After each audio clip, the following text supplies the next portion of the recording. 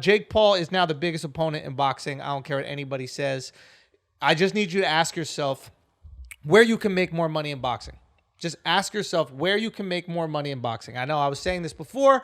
I said Canelo's biggest money fight is going to be against Jake Paul. Most people listening right now, if you're not a boxing fan, you have no clue what weight division Canelo fights in. You can't name a person Canelo would even fight. You don't know other people at 168 pounds. Nope. You don't know other people at 175 pounds. You don't know anybody else at 160. The only person you could probably say at like 160 or 168 might be Oscar De La Hoya coming back to fight Vitor Belfort.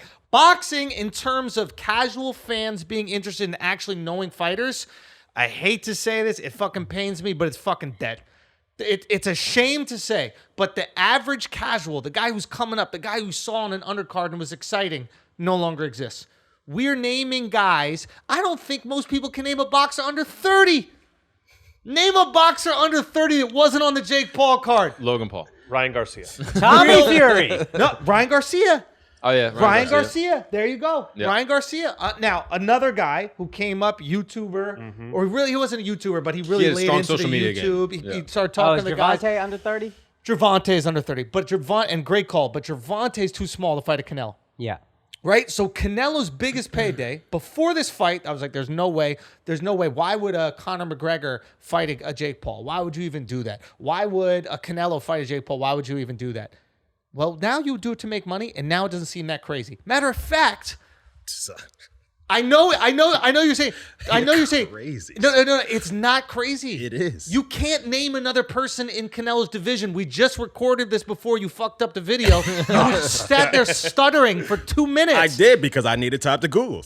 Exactly. Now you Google. Yeah. But the fact is, most people cannot name another person. To me, it's very basic. To get a lot of money, you need casual people to get interested. Casual people don't know most boxers. They know the Paul brothers. Whether you like them or hate them, they know them. I will pay to see him lose or I will pay to see him win, but I will pay either way as a casual. It doesn't matter. And right now, there is an all-time high in terms of wanting to see Jake Paul get beaten. There's a moment in the fight. Okay. I don't know if you guys experience this. I don't know how you guys watch the fight. And I'm just going to have an honest reaction. Yes. I'm rooting for this kid, Jake, bro. I'm rooting for this kid, Jake. The kid is 24 years old. He has the entire United States, parts of the world watching him. And he did that on his own with his team, but he did that. He garnered this level of attention. Started boxing 3 years ago. This motherfucker's been boxing their whole life. They can't get 15 people to show up to a fucking Hilton to watch them box.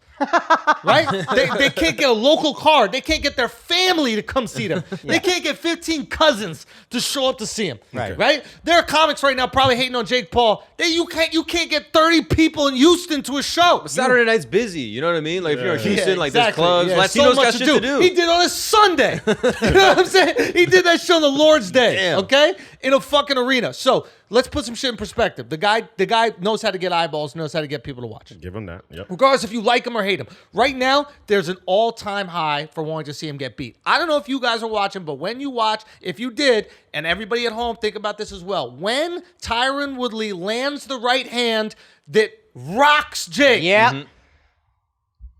Motherfuckers got excited. Yeah. Okay, my girl's off the couch. Okay, I'm off the couch. Dove's off the couch. We're going, what the fuck is about to happen? I'm rooting for Jake. Yeah. I'm rooting for Jake, and I see Tyron land, and I'm like, oh shit.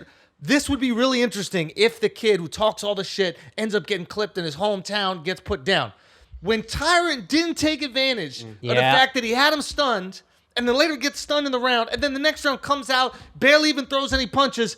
What did I say? I said, Jake, knock this bum out. Yep. Knock this bum out. He had him.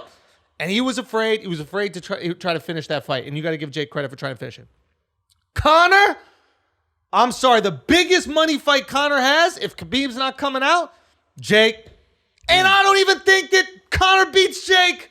I don't understand why that's offensive. You're not saying he's the best boxer in the world. He's not even close. He's saying he's the guy that would make the most money. But that's not accurate. Who? Canelo made 15 mil his last fight. Conor made 700,000 versus Askren. Conor made? I'm sorry, Paul brother. Paul made 700,000. But what did he make this and fight? Canelo made 15 million. No, But what did he guaranteed. make this He made fight? more after that. With DAZN, he made 25 to 35 from the Saunders fight. Who? Canelo He made $700,000 guaranteed versus I what think came in on the pay-per-view. Yeah, that's what I think. And Canelo took a piece of the pay-per-view also.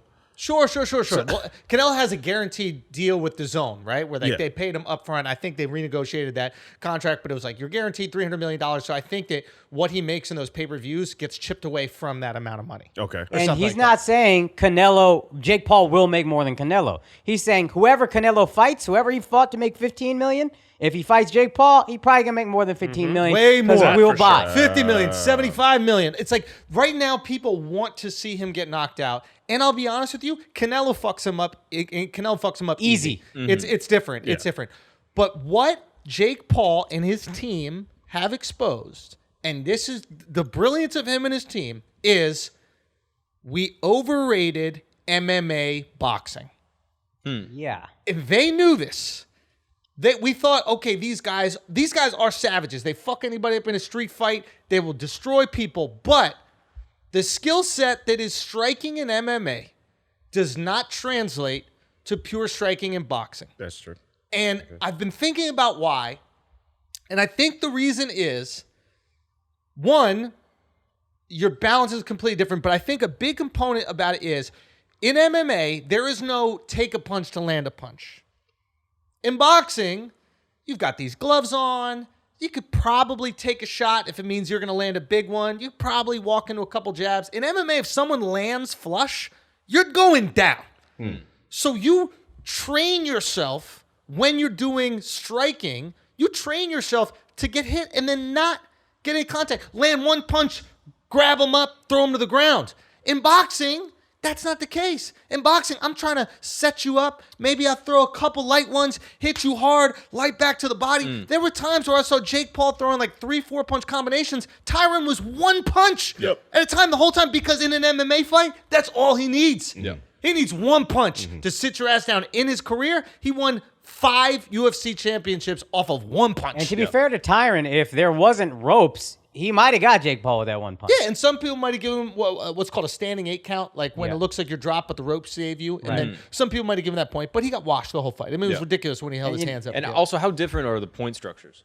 Like is he thinking about points? Like, is Tyron in there boxing thinking about MMA points? He's absolutely delusional. Like when he raised his hands at the end of that, like when he put his hands in the air, that was the single least self-aware moment in the history of recorded television. When I saw him go like this after, I didn't even know. I thought I didn't know. Are you stretching? Like what could you possibly raising your hands in the air? It's what every fight. It's what every boxer. Is that just him asserting confidence? Like, yo, I got that shit, even though you didn't, bro. One round. Tops. Maybe, Tops one round. You got to do that because it's in the judge's hands. So it's like you have to look confident at the you end have of to it. pretend. I thought he knew. I was like, this motherfucker knows. No, he at knew. The end when he was talking, like, we got to run that back, blah, blah, blah. I was like, what are you doing? Yo, you know what's so annoying about the run it back thing? Like, they made a deal on a deal that already existed. What you mean?